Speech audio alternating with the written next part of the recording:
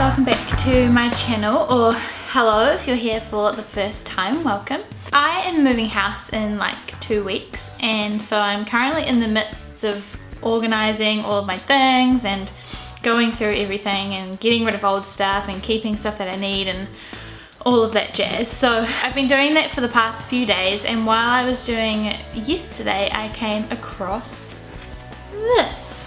This is my first ever printed design portfolio, other than the one I used to apply for design school, which wasn't really a real portfolio, if that makes sense. This is the first portfolio I used to try and apply for a job, so I thought it would be cool if I kind of reacted to it or kind of talked about the decisions I made, why I made those decisions, what I would change now, what I have changed since then, and kind of just walk you through it, I guess. So as you can see, I kind of just went with like black and grey. I don't even know if you can read it because it's all kind of rubbed off. The ink has come off the paper. This, I probably did this in, might have been second year at university, so that was over 2 years ago, nearly 3 years ago. And it pretty much just says Hollie Arnett in this little speech bubble, and underneath it says design portfolio, but you can hardly see that. And it's just printed like black on the grey paper. I can't remember why I thought that would be a good idea. I think I just wanted to do something a little bit different from white. I also bound it with these like clips, which meant that I could, the idea was that I could maybe add different pages later or take pages out, or I also had a clear file on the back that had examples of my work in it, so that this allowed me to do that as well. So the first page is kind of just like a contents page. It just says recent work and then the list of what I have included in my portfolio. There's no page numbers, which might have been handy. The first one is a poster. So this is a poster that I did for the AMINZ, and it was a poster that was going to go up around universities in Wellington, and yeah, I just thought it was kind of cool. And it was one of the first like real life promotional pieces of work that I did, so I popped that in there. Next is some logo design. So I designed the logo for my pastor, who is also an artist. She's incredible. I will share some of her links below because her work's amazing. And I put in a few of the concepts that we went through and then the final logo that we used. I then also popped in some business cards that I did for Christy, so that used the logo and then also some additional branding or design as well. Next, I included the branding work that I did for Love Wellington, one of the community ministries for our church. So I created a logo that's been used for the past 3 years, I guess, and it is for Love Wellington, so I just put in the logos and a piece of work that it was used in, and some real life, I made some real stamps, and then that's like the digital logo, so that's what I popped in there. I then put in some other branding work that I did for a friend. I think this was for a band.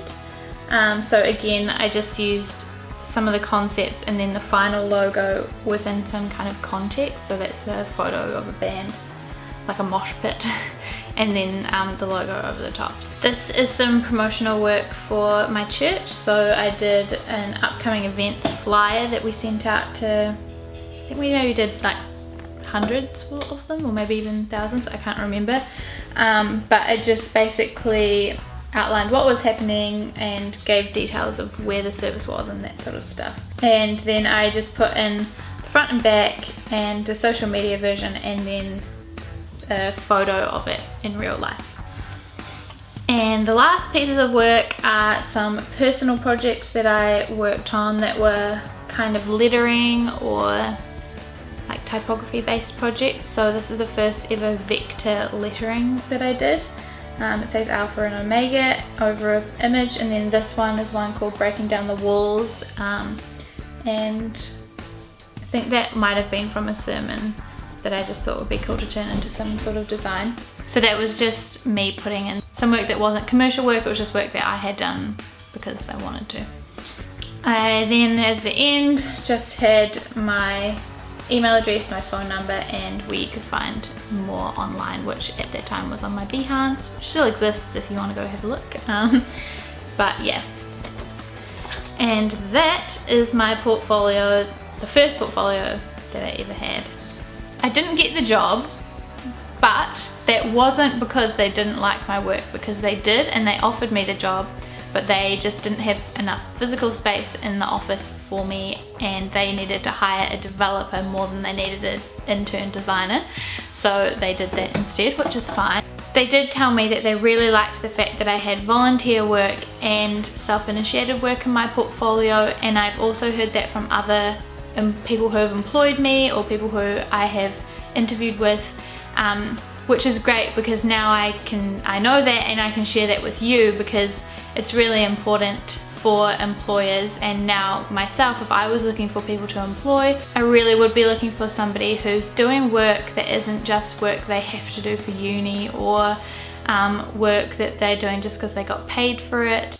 Doing volunteer work isn't always appropriate because obviously it doesn't pay, but maybe do some self-initiated work on the side, because what self-initiated work or volunteer work shows is that you really do love what you're doing, because you have to love it enough that you'll do it for free or you'll do it in your spare time. And that's what these employers said to me, was that they could tell that I was passionate about design and that I wanted to do it because I loved it, and that I cared about design enough that I would volunteer my services for free, or that I would do it just when I have free time because I want to improve my skills and I want to have fun and be creative and enjoy doing design. So that would be one great tip that I would give you.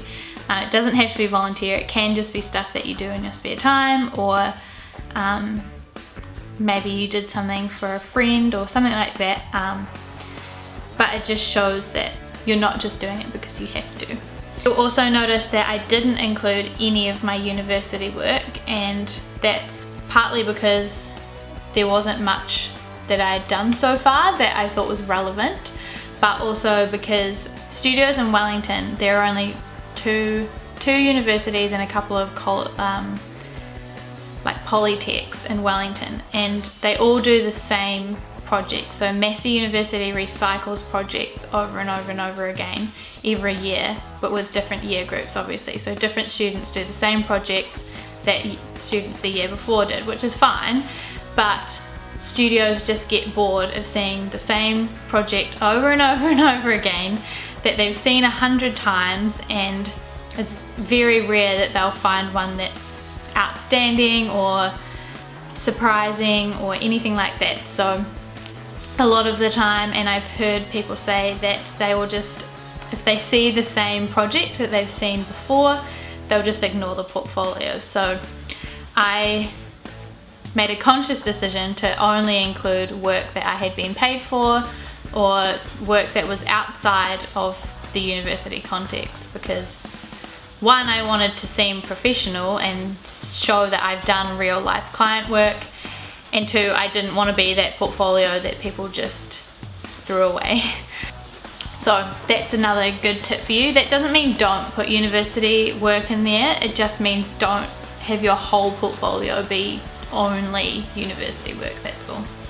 I guess at the moment I've changed a lot of the work that's in here purely because I've done better work since then. This was 3 years ago, and I've got 3 years worth of work that I have achieved much better standards and just done cooler, better, bigger, more awesome stuff. So I'm pretty sure everything in here is not in my portfolio anymore. Some of it is on my Behance, because that's just kind of a repository of all of my work, but I have kept it updated, my portfolio from this time, so that my work is current and people can see my current skill level and the type of work that I'm doing now.